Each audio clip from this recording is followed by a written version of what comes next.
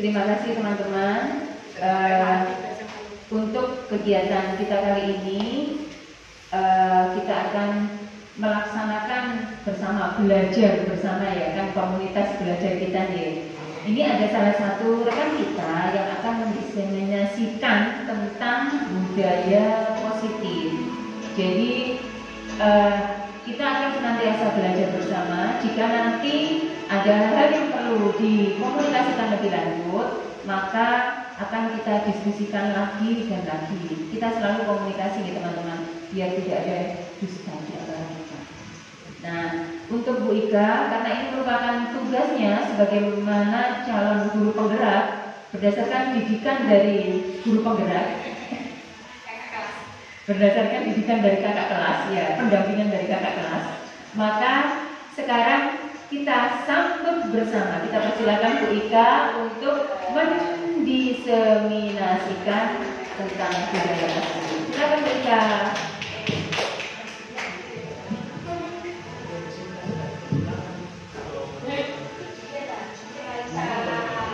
Terima kasih Bunda. Assalamualaikum warahmatullahi wabarakatuh. Masih semangat ya Bapak Ibu? Semangat dong. Kita tepuk bahagia dulu biar senyum semua. Mana bahagia namanya? Tepuk bahagia. Hihihi. Bahagia. Hore. SDM dulu.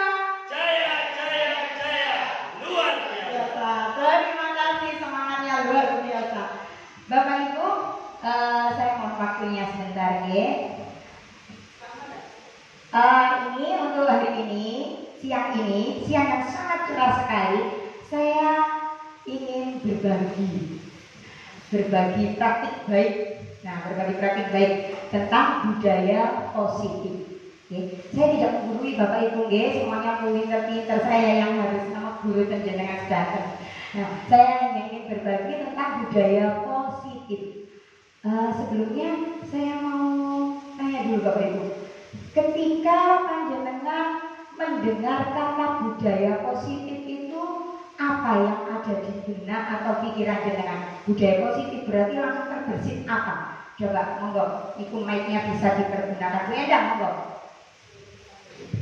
Apa yang ada di benak Bu Endang ketika mendengar kata budaya positif?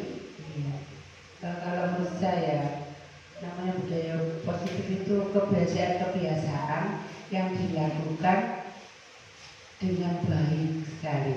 Misalkan menurut norma, kebiasaan yang sudah ada atau aturan-aturan mungkin yang tidak tertulis, itu yang menurut kami budaya positif.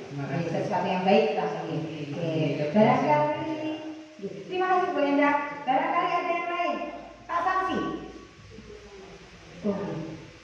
Dari sisi ini, apa Pak Samsi yang terbersih dari jenengan ketika mendengar kata budaya positif, Pak Samsi? Budaya positif boleh saya garis besar, boleh saya garis besar. Kata kuncinya adalah budaya positif. Menyangkut banyak hal. Satu, dari apapun yang kita lihat atau yang kita dengar dan apa yang kita lakukan harus punya kesan positif. Demikian juga misalnya apa yang kita lihat. Sebagai contoh misalnya sampah yang ada di halaman sekolah. Kalau kita berbudaya negatif, pandangan kita jika negatif, mesti kita menyalahkan orang lain. Orang lain itu sampaikan. Namun kalau kita mengambil sisi positifnya, kita anak-anak atau mungkin sampah itu bisa dimanfaatkan. Tolong ditempatkan sampah pada tempatnya menurut klasifikasi jenis sampah. Demikian. Nah, dari hal yang positif yang kita budayakan akan membentuk karakter dalam jangka waktu yang cukup panjang. Setiap apa yang kita lakukan harus bernilai positif. Demikian. Terima kasih Pak Samsi. Benar sekali teman-teman ya.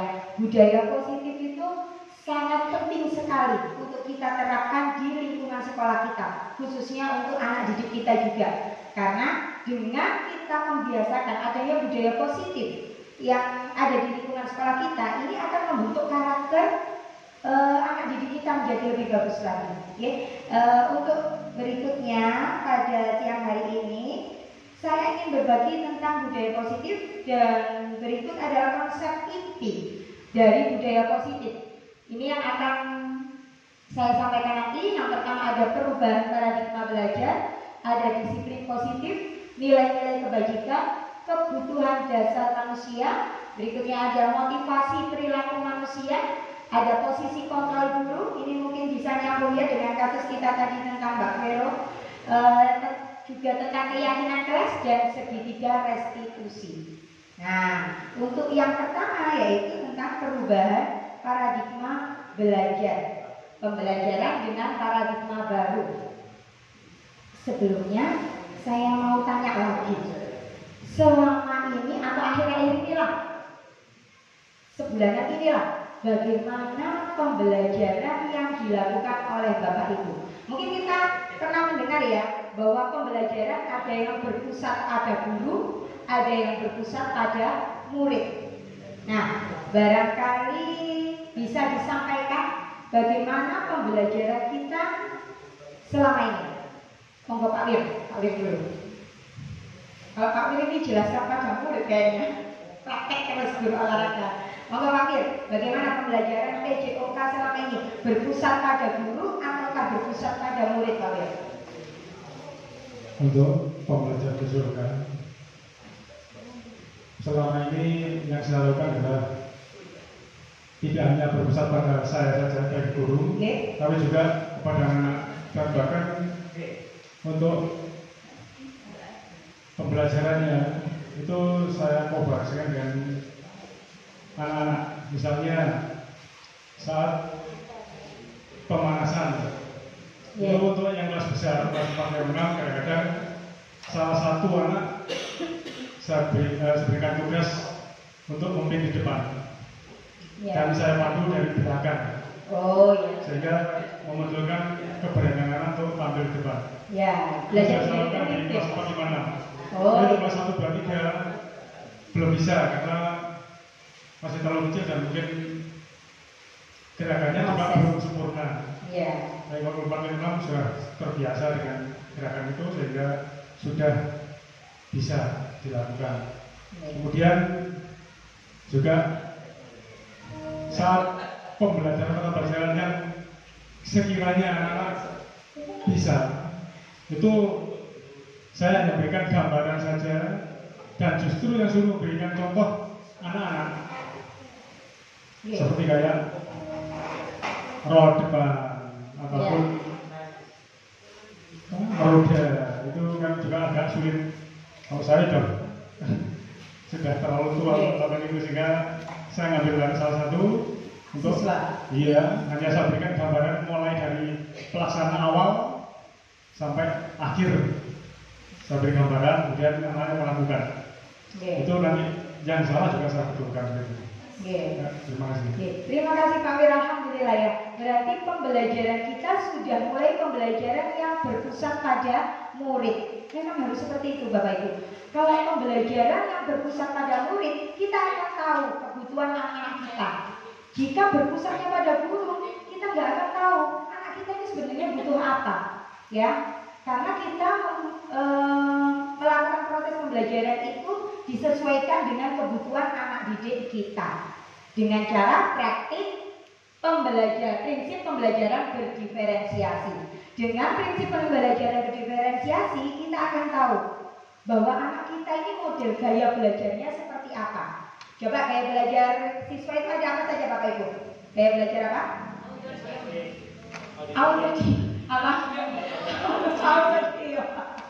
Audio, terus apa Pak Yuda? Visual dan kinestetik. Nah, apa lagi Bu? Audium ya gitu. Ya. Kenapa sih kita harus menerapkan prinsip pembelajaran berdiferensiasi? Ini punya tujuan juga untuk mewujudkan profil pelajar Pancasila. Wah, pasti semua sudah hafal ya profil pelajar Pancasila. Biar semangat. Ayo dong Pak Yuda dipimpin tepuk profil pelajar Pancasila. Pak Yuda, ayo. Monggo Pak Yuda di depan Pak Yuda. Bapak Ibu biar semangat, siang-siang tetap semangat. Tepuk profil pelajar Pancasila. Monggo. Silakan berdiri. Berdiri semua.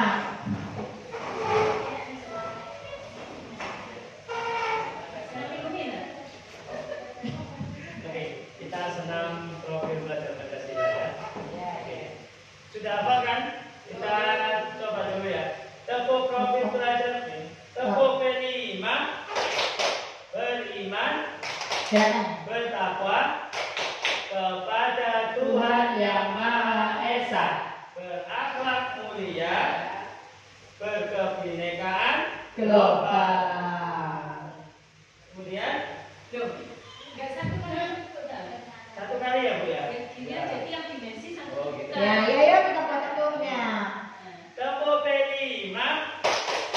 Beriman, Takwa kepada Tuhan Yang Maha Esa dan berakhlak mulia, berkebinekaan global, mandiri, gotong royong,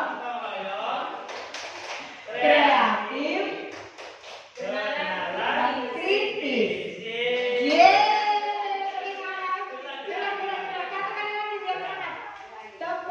saya biasanya sama yang sambil nyanyi ya. Nggak apa-apa pakai nyanyi Pak Yuda.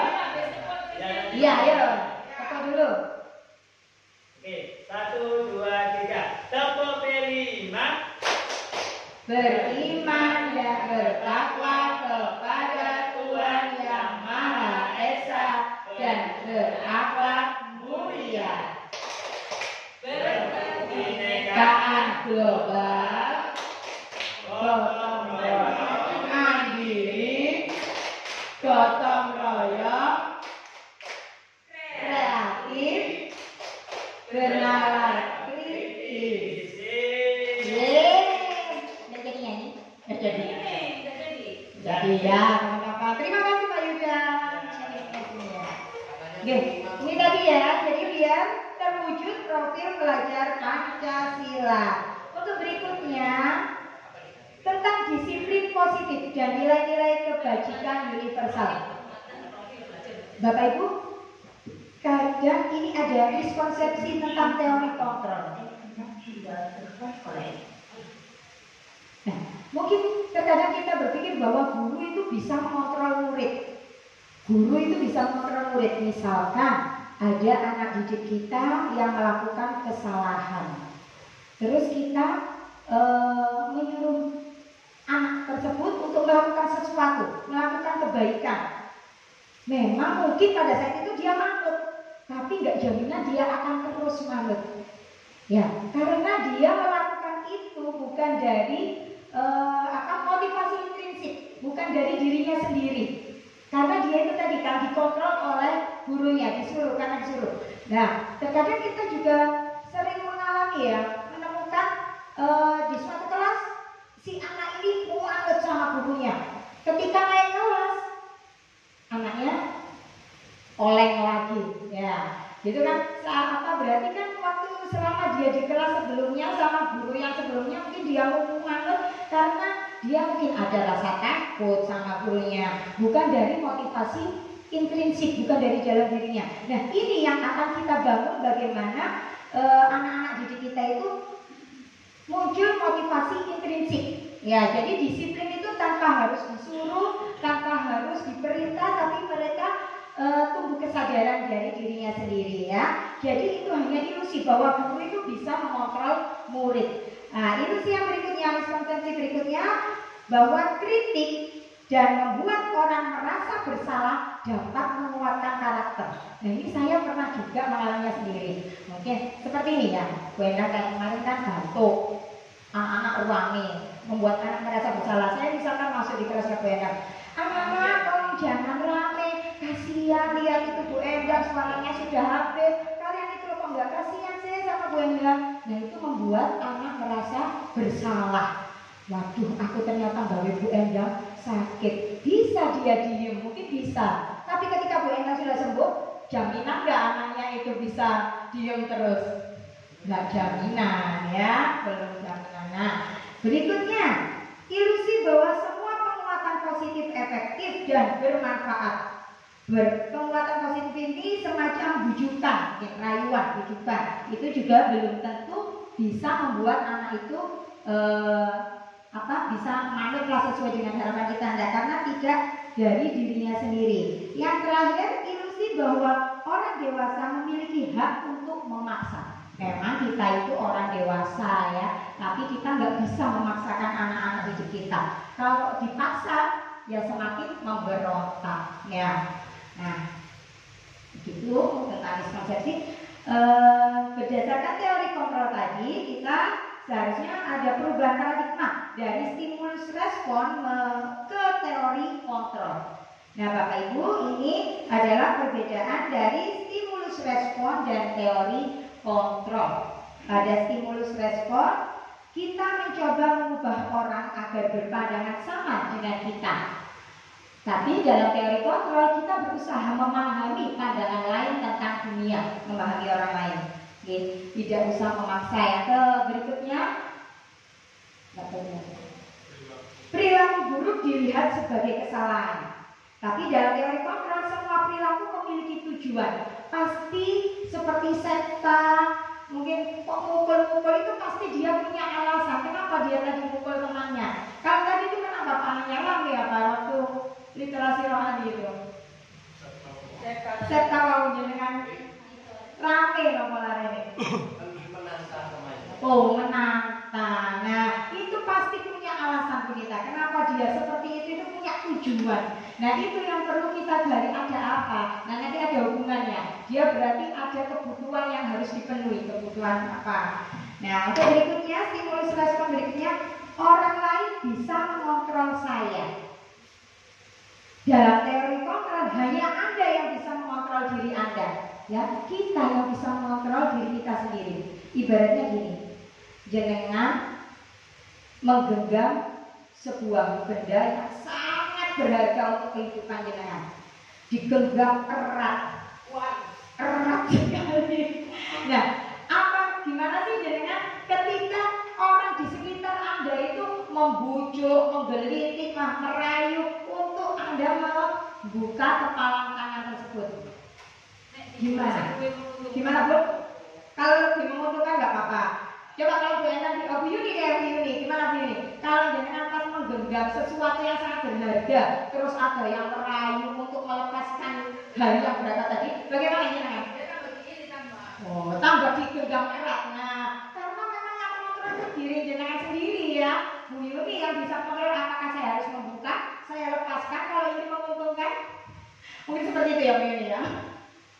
Ya, jadi yang bisa mengontrol itu diri kita sendiri ya. Untuk berikutnya, pemaksaan ada pada saat bujukan gagal. Yang dibujuk kok uangnya akhirnya dipaksa menang, mungkin kayak Viro tadi ya, dipaksa untuk dia ketika dia nangis. Nah, kalau dalam teori kontrol, kita perlu melakukan kolaborasi dan konsensus menciptakan pilihan-pilihan baru ya. Konsensus itu kesepakatan ya. Jadi sebaiknya nggak malah dipaksa, tapi kita melakukan kolaborasi. Mungkin dengan seperti kasus Vero tadi, kita koordinasi juga dengan orang tuanya. Ya, barangkali ada apa-apa dengan keluarganya. Ada model berpikir menang dan kalah pada stimulus respon. Ya, kalau anak yang bertengkar, nah itu ada yang menang, ada yang kalah. Tapi dalam teori kontrol nggak ada kalah, semuanya menang. Karena anak itu tadi, contoh seperti murid kita tadi yang sekta tadi, misalkan mukul apa, dia tuh pasti punya alasan. Mungkin dia membela diri atau apa, mungkin sebelumnya diganggu sama temannya, itu kita harus tahu apa alasannya. Nah, Bapak Ibu, ini disiplin positif. Nanti akan kita bahas satu-satu ini. Yang pertama, nilai-nilai kebajikan universal. Dengan mengaitkan nilai-nilai kebajikan yang diyakini seseorang, maka motivasi intrinsiknya itu akan terbangun. Jika kita tahu nilai-nilai kebajikan, pasti dia akan muncul motivasi intrinsiknya itu akan terbangun dari dirinya sendiri. Sekarang eksplorasi konsep tentang teori motivasi, hukuman dan penghargaan serta restitusi. Teori motivasi perilaku manusia. Untuk menghindari ketidaknyamanan atau hukuman, kita contoh berangkat kerja pagi-pagi. Pagi sebelum jam masuk kita sudah datang ke sekolah. Ini motivasi kita apa? Pasti punya motivasi tersendiri. Motivasi supaya tidak dihukum, ataukah motivasi supaya mendapat imbalan atau hadiah, ataukah motivasi memang untuk menghargai diri kita sendiri. Semua perbuatan yang kita lakukan itu pasti punya motivasi. Tinggal kita yang bisa menentukan motivasi kita sebenarnya apa, hanya kita yang tahu ya. Kalau motivasi tersebut untuk menghindari hukuman, berarti itu masih motivasi eksternal, bukan dari dalam diri kita. Nah, kalau nggak ada hukuman berarti kita berangkatnya jelasnya siang ya, atau mungkin anak-anak kita juga ya. Kalau nggak ada guruku semua nggak dihukum naik kelas, akhirnya dia berangkatnya molor. Oke. Tapi alhamdulillah ya, kalau kita nggak ada yang berangkatnya siang, pagi semua. Ada Bun? Siapa Bun? Vero? Azhar. Oh Azhar, masih ya itu Azhar. Sekarang sudah, iya nggak kelihatan Azhar ya, pakai Azhar. Iya. Oke. Nah, itu perlu di restitusi itu.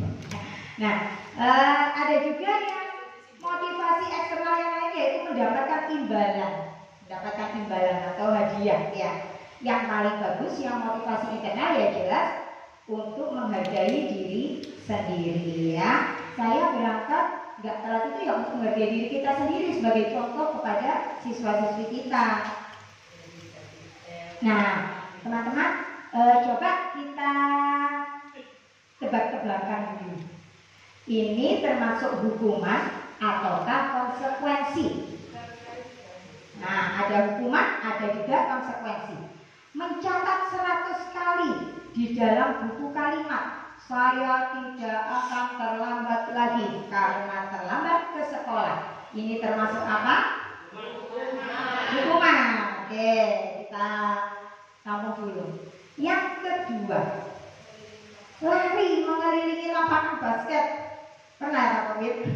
Lapangan basket 2 kali karena terlambat hadir di sekolah. Termasuk apa? Hukuman. Oke. Berikutnya, murid, ini kok hubungannya dengan olahraga teman. Murid diminta untuk push up 15 kali.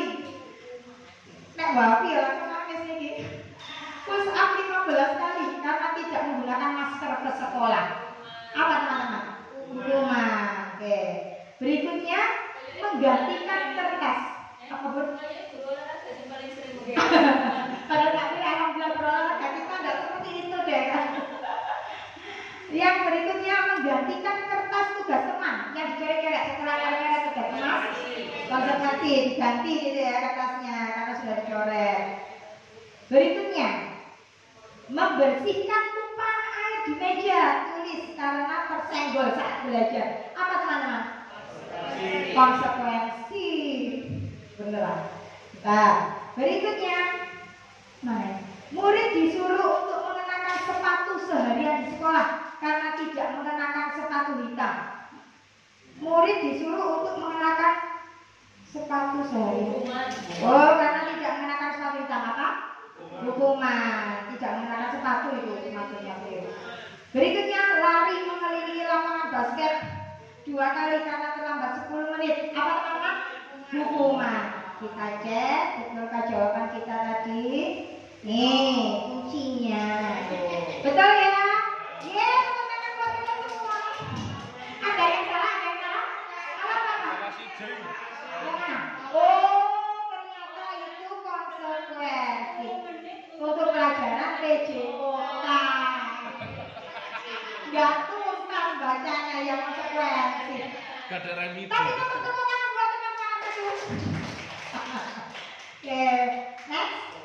Ini anak, ini teman-teman, perbedaan hukuman dan konsekuensi. Jadi kan ada hukuman, ada konsekuensi. Kalau hukuman itu pasti sesuatu yang menyakitkan harus terjadi, dihukum, suruh mengelilingi lapangan, pasti itu sangat menyakitkan. Pasti punya kenangan ya saat sekolah dulu ya, kita dihukum guru, pernah enggak?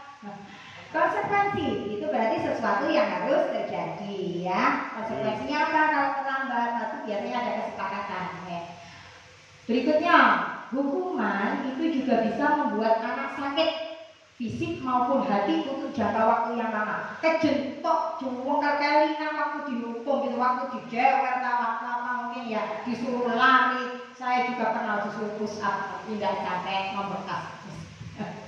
Nah, ini kalau konsekuensi itu membuat anak merasa tidak nyaman dalam jangka waktu pendek, nggak nyaman dalam jangka waktu pendek karena waktu itu konsekuensinya kamu disuruh membersihkan ini waktu numpain air, kan hanya kali sebentar saja ya. Kalau hukuman waktunya lebih lama jangka waktu sakit hatinya. Berikutnya, kalau dalam hukuman anak malah benci dengan kedisiplinan, seringnya dihukum itu malah benci sekali dengan kedisiplinan. Sedangkan konsekuensi anak bisa menghargai disiplin. Nah, kalau hukuman pasti bersifat paksaan, dipaksa, harus manut dengan hukuman yang diberikan sama gurunya. Sedangkan konsekuensi ada stimulus dan tanggapan.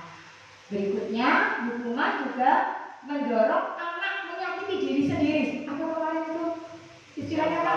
Selfharm. Nah, ini bahaya. Mungkin juga peristiwa selfharm kemarin itu karena seringnya dapat hukuman sampai satu sekolah banyak apa ya Pak ya, daerah mana itu ya yang menyakiti dirinya sendiri, itu pasti ada apa itu dengan sekolahnya. Nah, konsekuensinya, kalau konsekuensi mendorong anak agar mudah menyesuaikan diri ya. Pada hukuman konsep diri yang buruk, sedangkan konsekuensi konsep diri yang baik. Untuk berikutnya, pada hukuman anak belajar untuk menyembunyikan kesalahan. Nah, karena ya terkadang anak didik kita dia melakukan kesalahan tapi nggak jujur karena takut dihukum. Nah, karena ada hukuman itu boleh membuat anak itu nggak jujur. Nah, nanti ada solusinya, gimana supaya anak kita itu mau jujur ya tanpa adanya hukuman. Sedangkan dalam konsekuensi anak belajar untuk mematuhi peraturan. Dalam hukuman itu bisa menimbulkan rasa marah, rasa bersalah, dipermalukan dan merasa tidak dihargai karena hukumannya terkadang bikin dia malu di hadapan teman-temannya ya. Sedangkan konsekuensi dia akan kehilangan hak. Nah, seperti tadi dia terlambat mungkin tidak boleh mengikuti pelajaran selama berapa menit, jadi kan kehilangan hak untuk mendapatkan pelajaran tadi, dibuat tidak nyaman dan diasingkan untuk sementara, time out. Nah, ini Bapak Ibu ada istilah baru, mungkin baru atau pasti mungkin juga sudah pernah dengar ya, tahun lalu juga sudah pernah ada diseminasi tentang ini. Hukuman itu bisa membuat identitas gagal, sedangkan yang identitas sukses itu bisa melalui konsekuensi atau restitusi. Masih ingat restitusi teman-teman? Tahun lalu Pak Yuda juga diseminasi tentang ini, restitusi. Nah, nanti kita praktek ya Pak Yuda ya. Kita praktekkan untuk restitusi biar lebih mengena ya.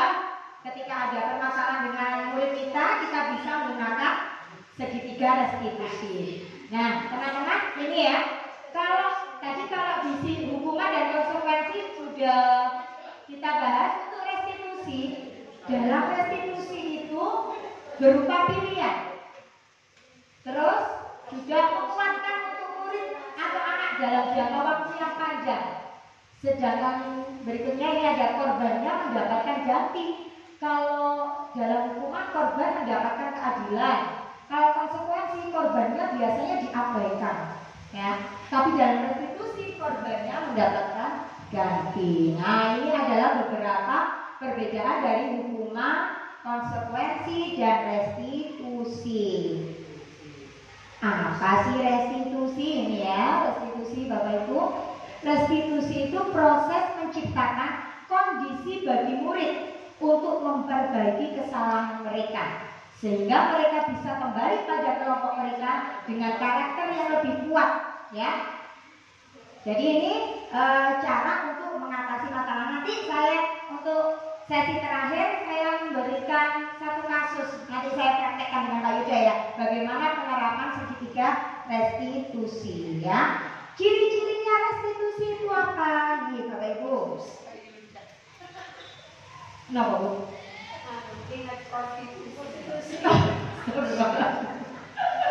Ya, oke, saya lanjutkan. Ciri-ciri restitusi yang pertama, bukan untuk menebus kesalahan. Jadi restitusi itu bukan untuk menebus kesalahan teman-teman, namun untuk belajar dari kesalahan, tersebut.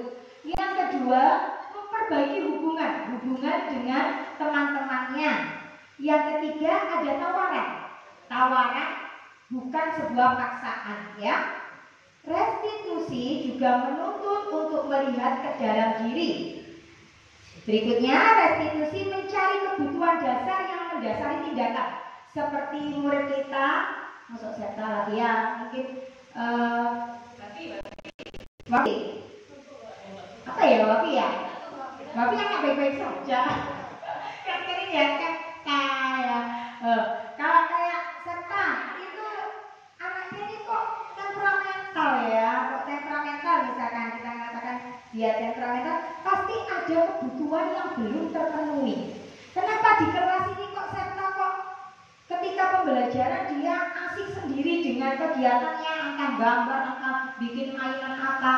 Mungkin dia ada kebutuhan yang belum terpenuhi, bisa kebutuhan kesenangan atau kebutuhan kebebasan. Nah, barangkali misalkan dia butuh kebutuhan kebebasan, mungkin pembelajaran kita bisa dirubah. Pembelajarannya tidak hanya di dalam kelas, mungkin anaknya bisa diajak keluar. Serta kan anaknya modelnya kinestetik ya, kalau diajak pembelajaran yang banyak gerak itu dia biasanya senang, sama kayak Andra. Ya, Andra itu juga gitu, kalau gerak senang ya. Haijan bagaimana? Haijan Pak Samsi. Ya, nanti saya mau bercerita, ada cerita antara Haijan dan sama sekta. Sudah. Ya, berikutnya restitusi diri. Restitusi diri adalah cara yang paling baik, cara paling baik untuk mengatasi masalah yang terjadi pada anak didik kita bisa melalui restitusi. Restitusi fokus pada karakter, bukan tindakan untuk menguatkan karakter. Ya, restitusi fokus pada solusi, bukan mencari sopo sing salah, sopo sing benar, boten, tapi kita mencari solusi untuk pemecahan masalah tersebut. Restitusi juga mengembalikan murid yang berbuat salah pada kelompoknya, biar bisa diterima oleh kelompoknya. Nah, sekarang keyakinan kelas. Mengapa tidak peraturan saja? Mengapa harus keyakinan kelas? Keyakinan kelas itu berawal dari peraturan kelas. Konsepnya begini.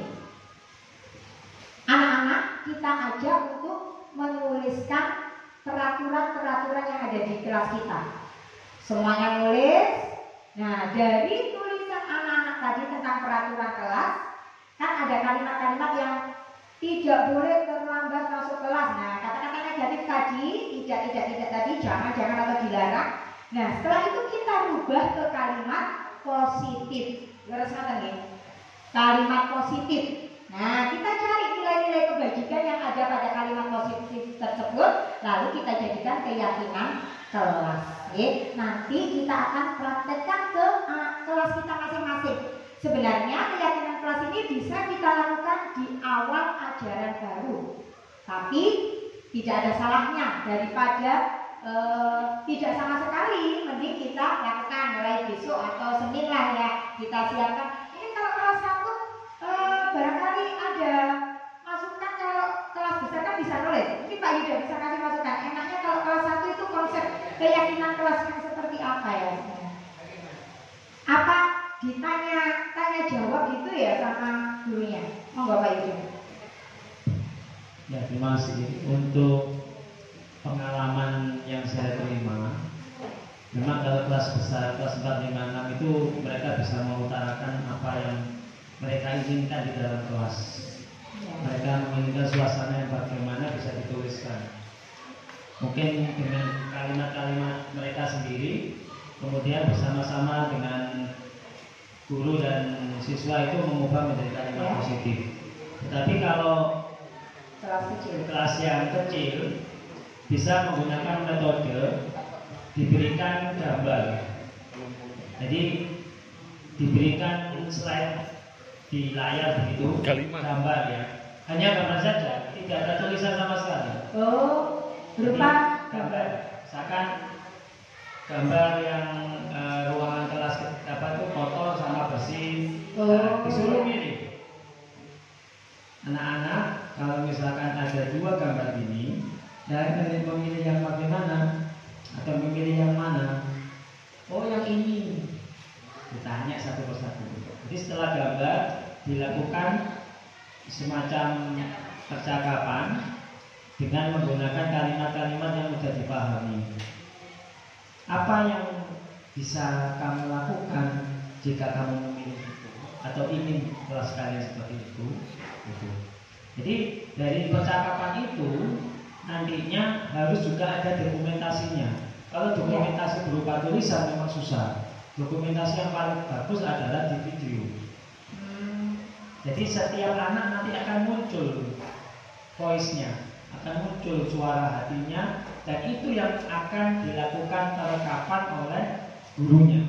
Gurunya akan melihat videonya kembali, dan itu yang akan dijadikan dijadikan sebuah keyakinan kelas.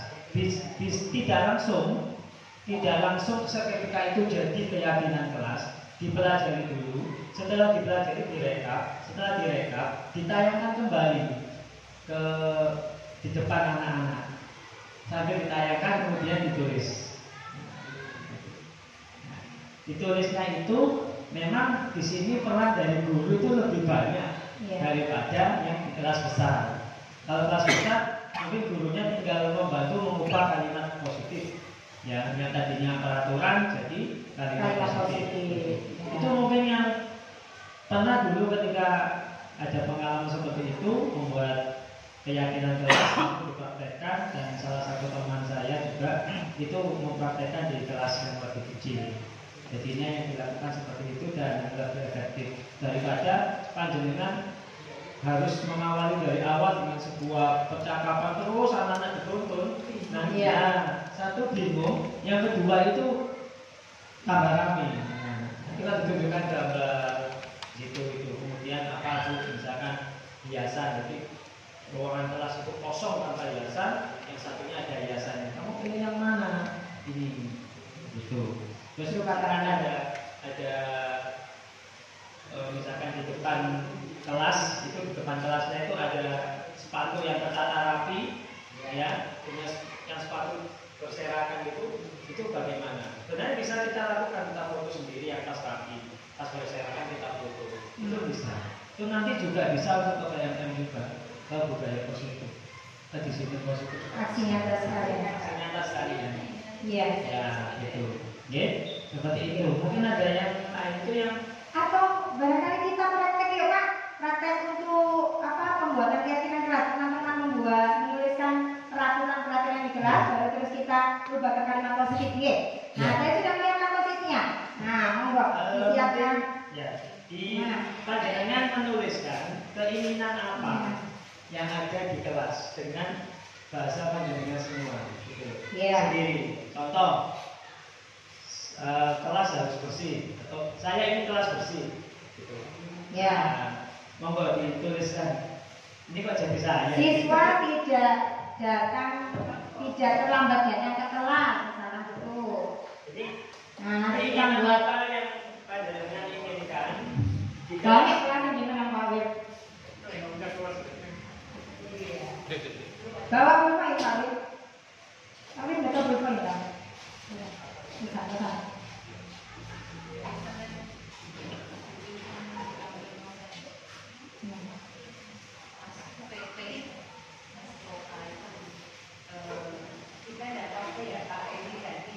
Iya.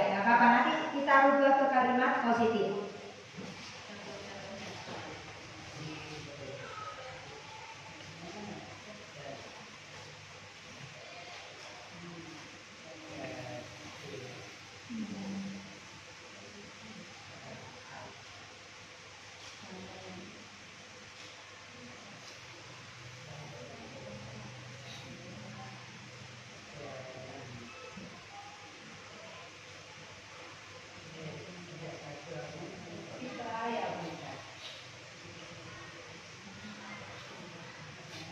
Ini ya,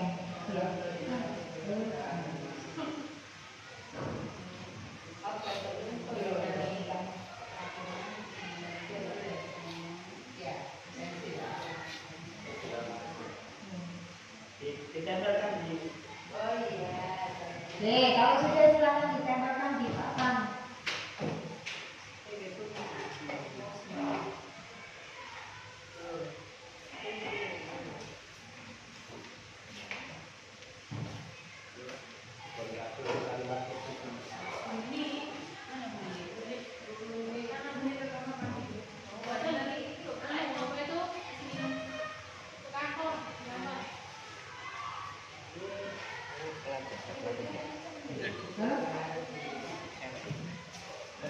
Yang cewek atau Kalau kalau yang itu kejurukan yang sama Pak Nur satu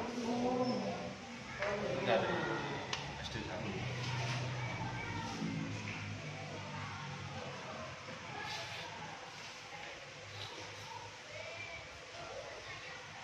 Sambut.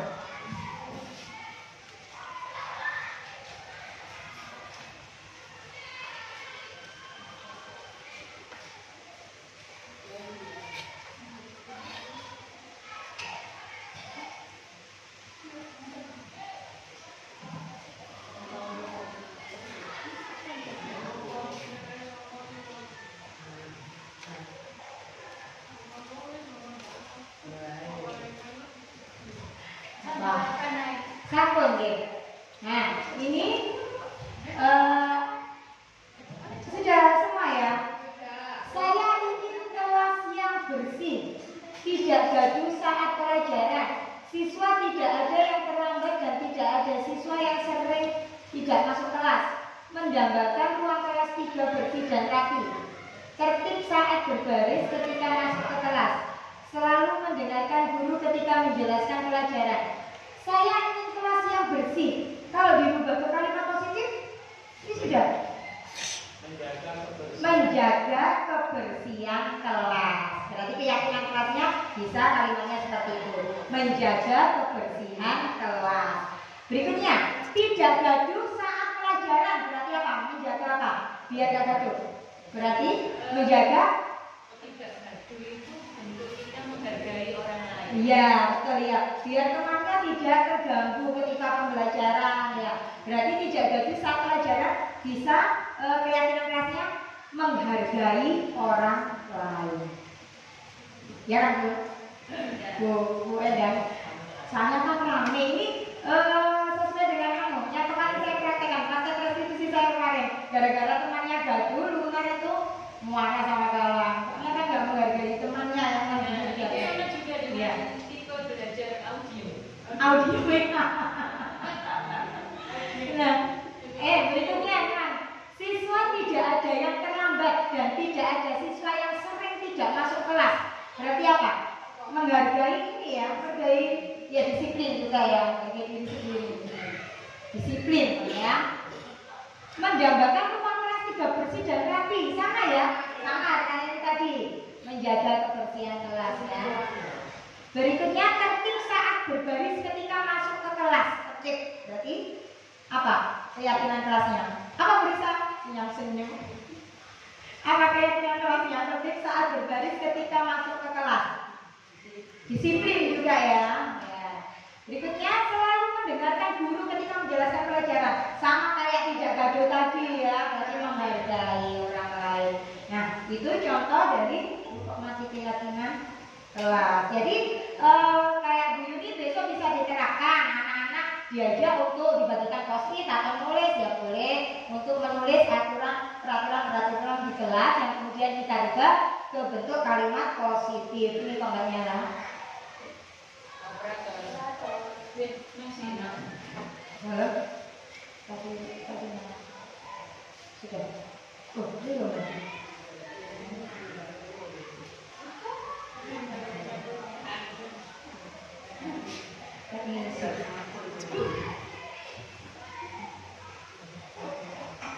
Tadi juga lama. Oke, Bapak Ibu, coba ini apa nilai kebajikan atau keyakinan yang ingin diangkat dari peraturan berikut? Menggunakan helm saat mengendarai motor. Nah, berarti nilai kebajikan apa yang ada pada peristiwa ini? Apa kegiatan ini? Menggunakan helm. Menggunakan helm saat mengendarai motor. Jenengan memakai helm itu karena apa sih? Selamat. Selamat untuk keselamatan kita. Ya. Berikutnya, membuang sampah pada tempatnya. Apa? Apa Bu ini? Peduli lingkungan. Betul, menghindari penyakit juga. Bu ini tadi apa? Kebersihan. Ya. Dilarang, nah ini PR kita yang bilang. Dilarang menggunakan kata-kata kasar. Nah, ini ada. Berarti apa teman-teman? Sopan santun ya. Cek dan recek jawabannya. Betul kan? Betul ya. Oh, dilarang menggunakan kata-kata kasar tadi, sopan santun sama ya. Juga menghormati ya sama ya. Tepuk tangan dong buat kita. Oke.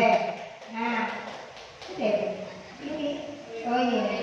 Nah, ini langkah-langkah utama dalam menetapkan keyakinan kelas serta pendalamannya. Ini belum urut ya, ya. Ini belum urut. Nah, yuk kita urutkan. Berarti urutannya yang mana dulu ini? Hah?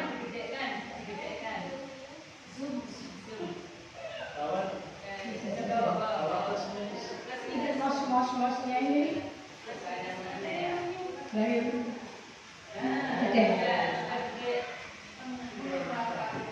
Yang pertama kita lakukan apa nih? Oh kita yang itu tadi loh.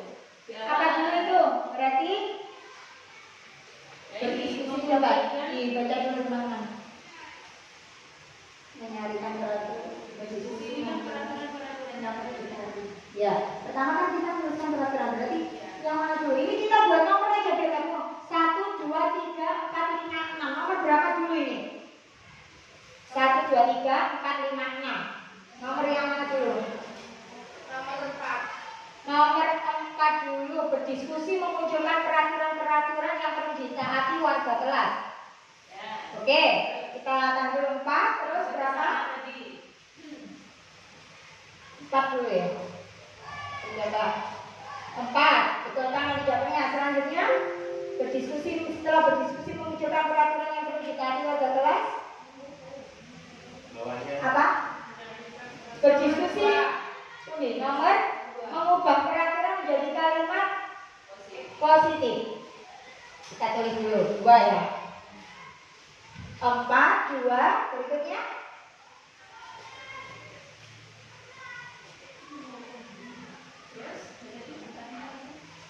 setelah mengubah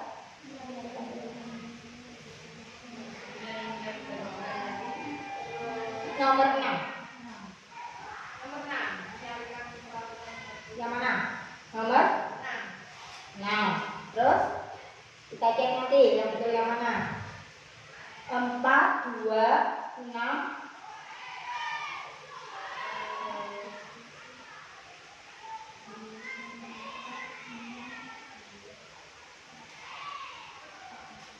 Ada bunyinya?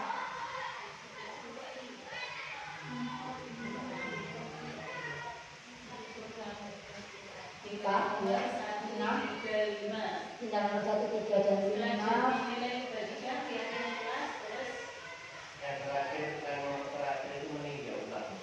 Nomor terakhirnya ya. Terakhir sendiri nomor 3. Berarti ini antara nomor 5 dan 1. Berdiskusi mengenai peran seluruh Oke, kita cek 4, 2, 6, 1, 5, 3. Ini urutannya teman-teman. Yang nomor 1 berarti yang nomor berdiskusi memunculkan peraturan, betul ya? 4. Selanjutnya nomor 2. Iya betul ya? Nomor 2. Terus nomor 6. Urutan yang ketiga nomor 6 ya betul ya kita. Terus berikutnya nomor 1. Terus nomor 5, nomor 3. Yeay, betul semua. Hebat ya teman-teman. Dikasih bocoran apa? Sudah ditender mau kalau seman betul bocor gitu kan. Sudah ya. Oke. Mas Kimon kok lembut?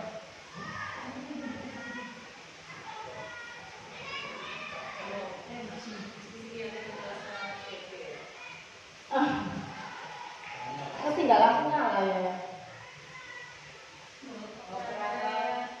Teknisi kok nggak bisa, kalian teknisi apa ini?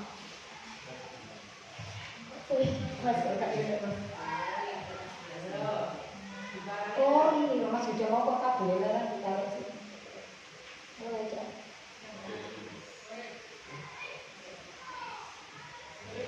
Nggak bocor itu bersama kita. Oh iya kita deh. Oke.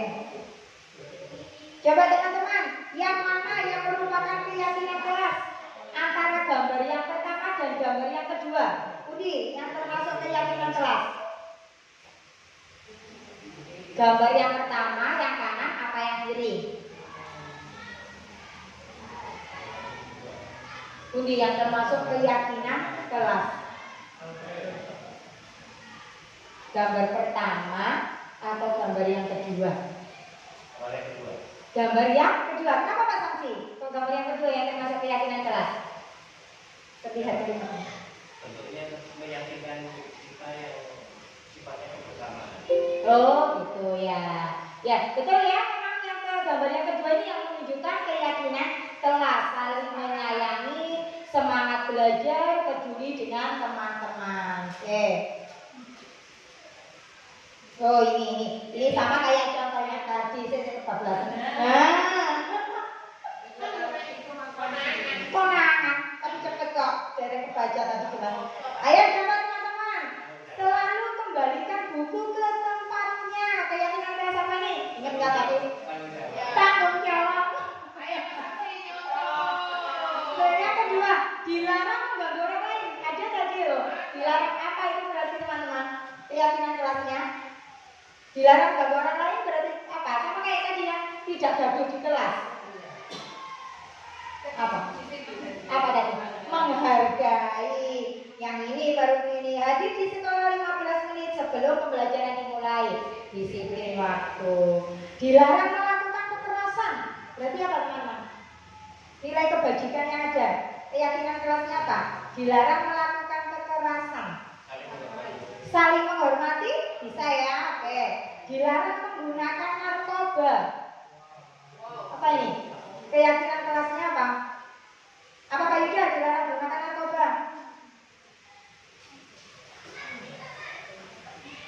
Apa ya? Dilarang menggunakan? Dilarang apa? Menjaga diri. Iya. Kayaknya nggak bisa lama. Menyayangi diri.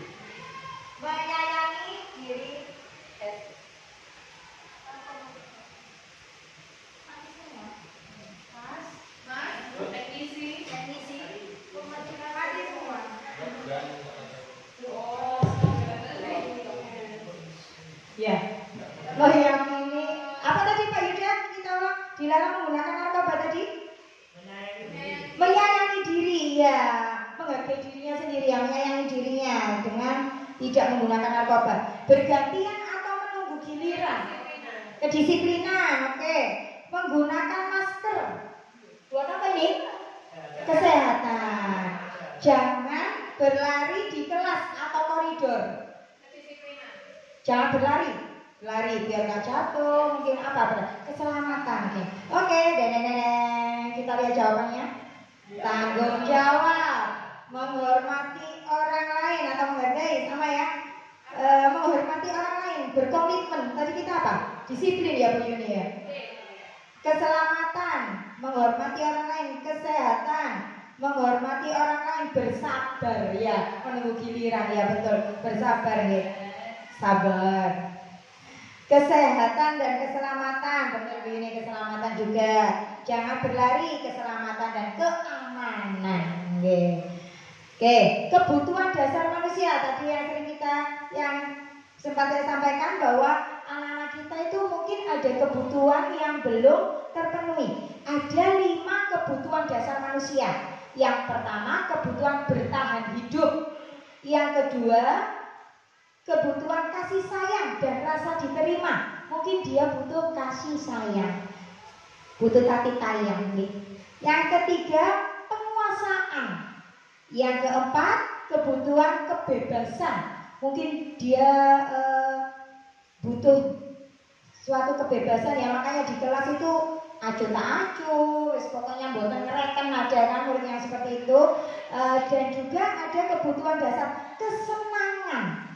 Nah, mungkin dia butuh senang apa ya, kesenangan apa yang belum terpenuhi. Jadi ini ada 5 kebutuhan dasar teman-teman. Kelima kebutuhan dasar ini harus kita ketahui dari murid-murid kita. Mungkin kasus seperti Mbak Vero, ini kebutuhan apa yang dia harus penuhi ya. Kita bisa menuntunnya ya, untuk membantu dia memenuhi kebutuhan tersebut. Tentang posisi kontrol. Sebentar.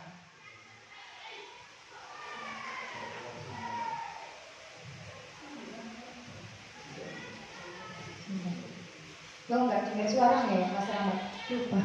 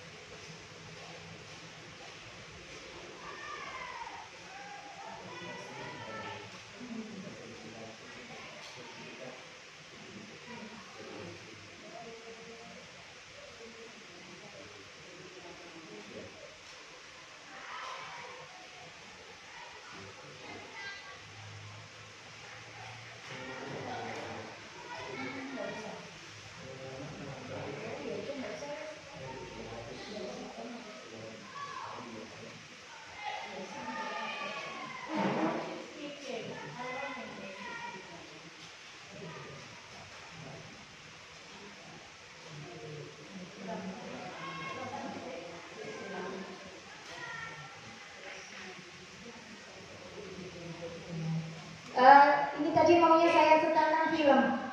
Ini tentang 5 posisi kontrol. Ada 5 posisi kontrol guru.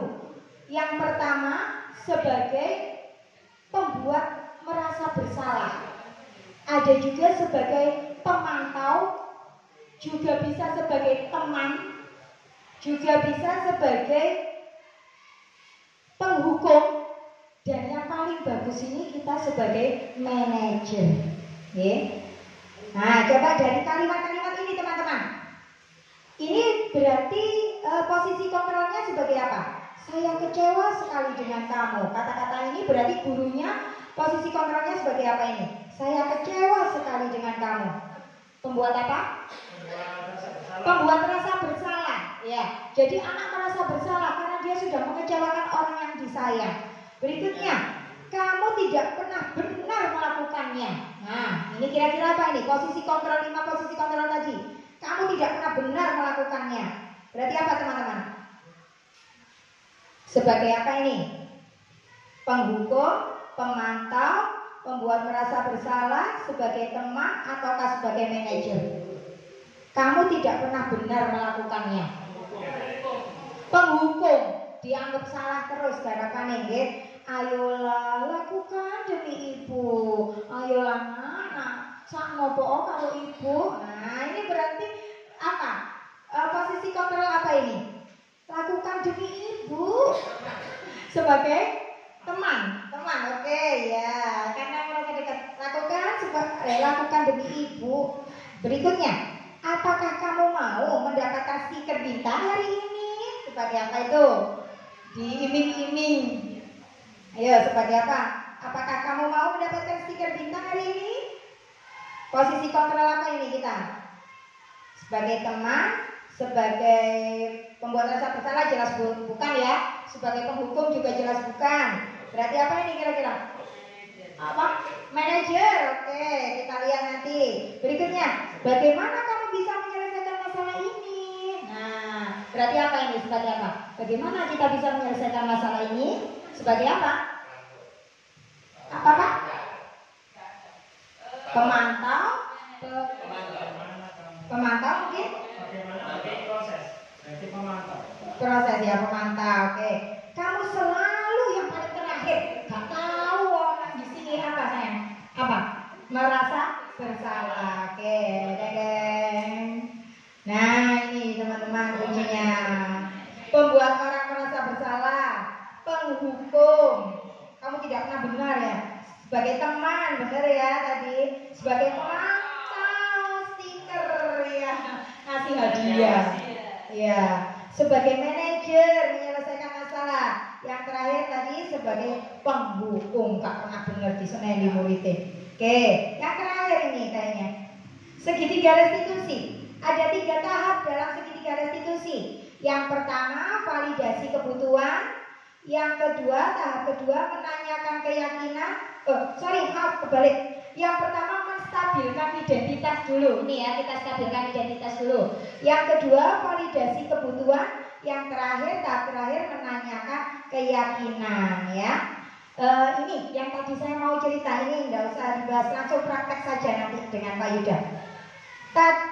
Kemarin Pak Samsi waktu literasi ya, ini saya mencoba untuk mempraktekkan antara septa mokong ya kemarin.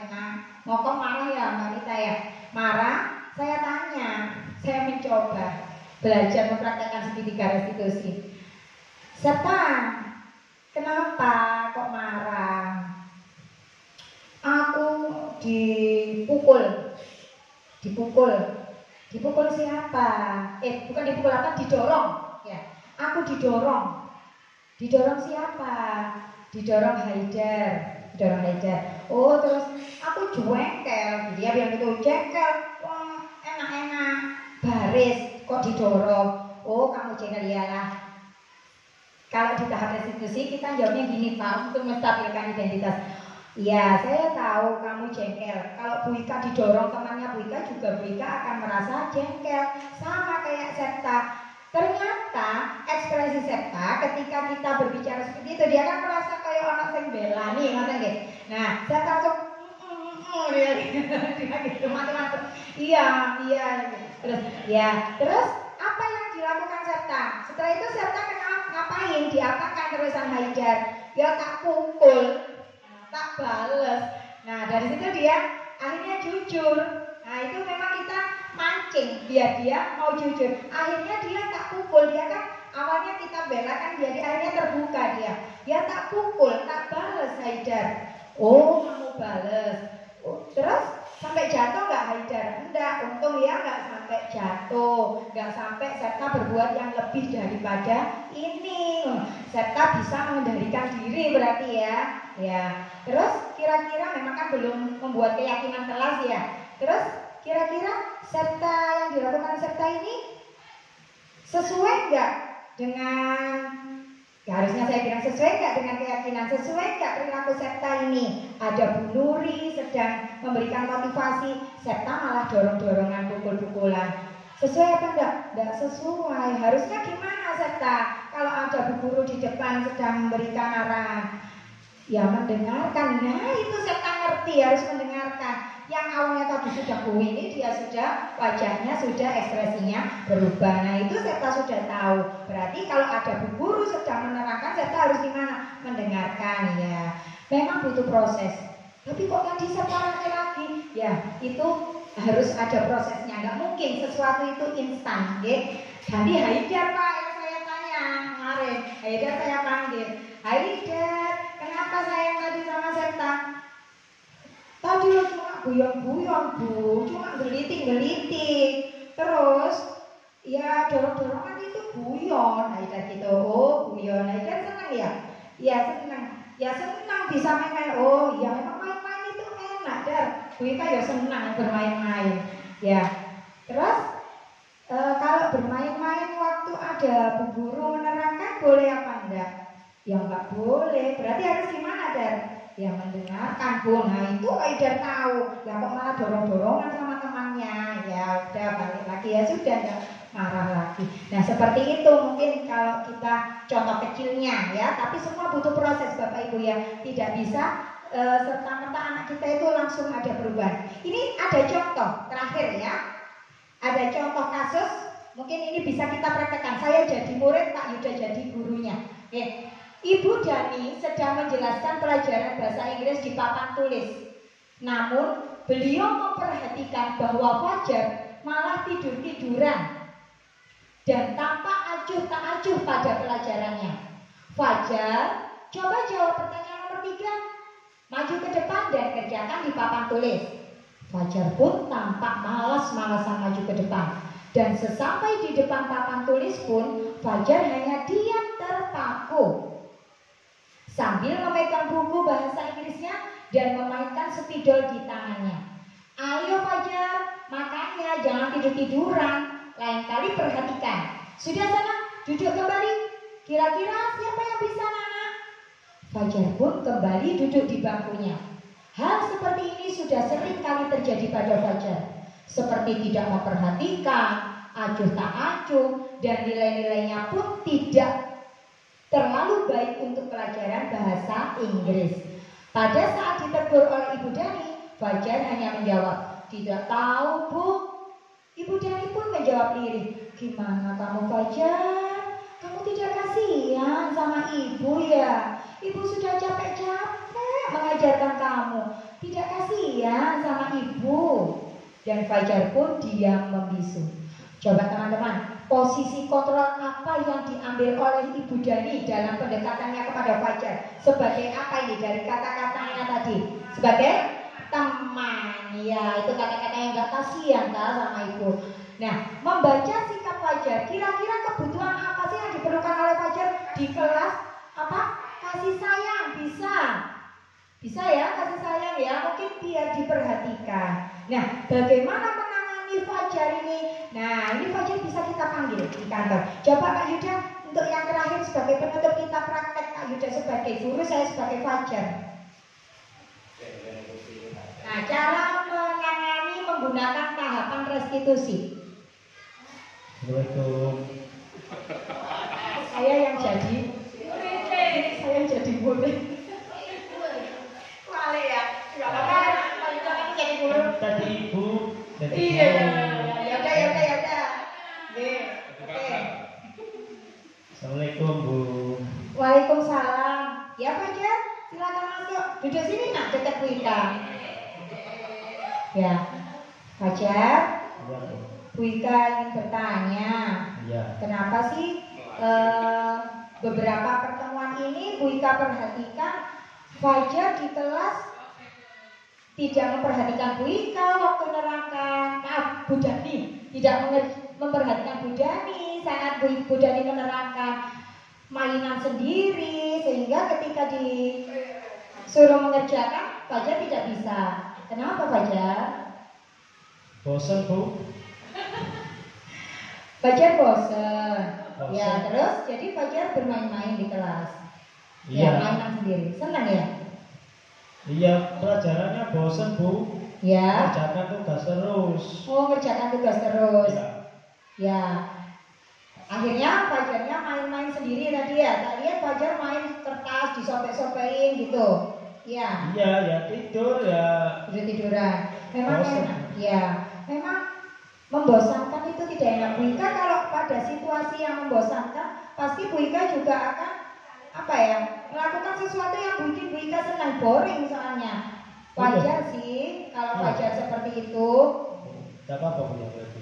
Nah, sekarang tapi menurut Fajar dengan tidak memperhatikan guru menerangkan ini, benar apa salah, sesuai nggak dengan keyakinan di kelas kita? Ya enggak Bu, tapi loh Bu, bosan Bu. Terus Ya. itu loh Bu, siapa tuh?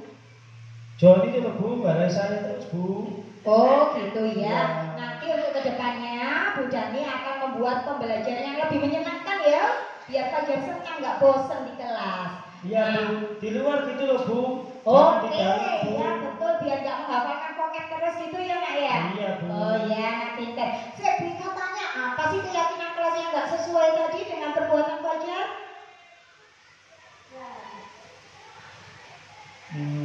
Ya tidak memperhatikan guru Ya. saat menjelaskan Bu. Ya, tidak memperhatikan guru saat Ya, menjelaskan. terus yang menghargai Ya. teman, menghargai ibu sebagai guru saya. Nah, itu Fajar tahu. Berarti untuk kedepannya Fajar supaya lebih menguatkan keyakinan Fajar tadi, apa yang harus Fajar lakukan? Ya saya akan menjadi anak yang baik Bu. Tapi ya pelajarannya jangan itu aja Bu. Oh Iya, Bu. Ya oke. Bu Dani juga akan berubah Nak. Kita sama-sama berubah ya Nak ya. Ya. Bu Dani akan membuat pembelajaran yang lebih menyenangkan. Oke, Ya, Bu. kita keluar kelas ya. Oke, Ya. kelas sekalian di mana? Ketemu bule-bule ya. KFC gitu loh Bu. Iya, ya. Oke, di pinggirnya KFC ya. Kita makan Ya. di pinggirnya ya, di emperannya. Ya, betul, Oke, Bu. siap. Baik, Ya. sekarang Fajar bisa kembali ke kelas. Ya, mari Bu ya.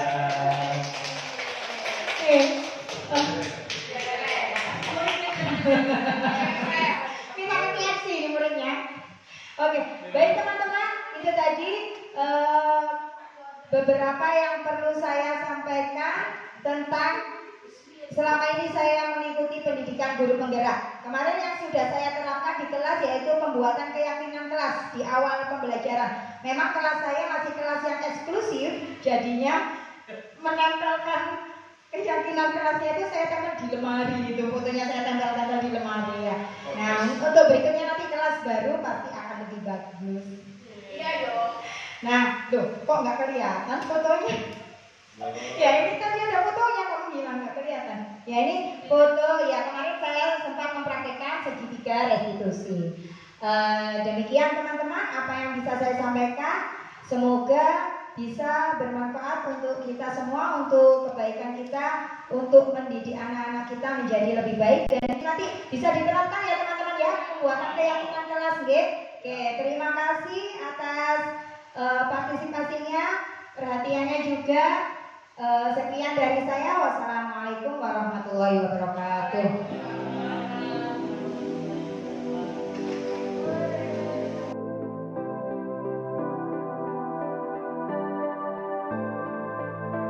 Kita mau bagi post-itnya, terus kamu tulis ya ke suasana seperti apa yang kamu inginkan ya.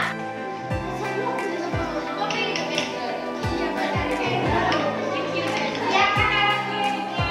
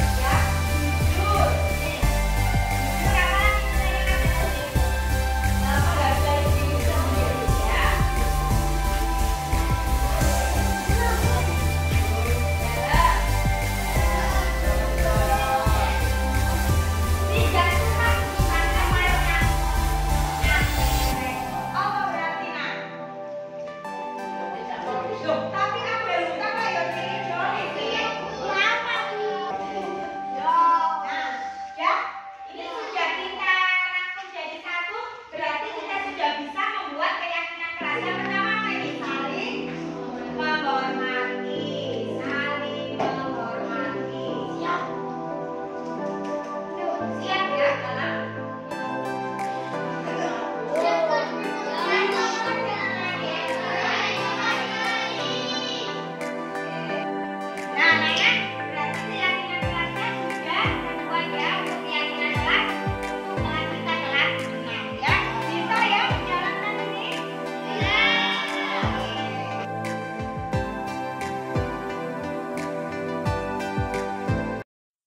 Assalamualaikum warahmatullahi wabarakatuh.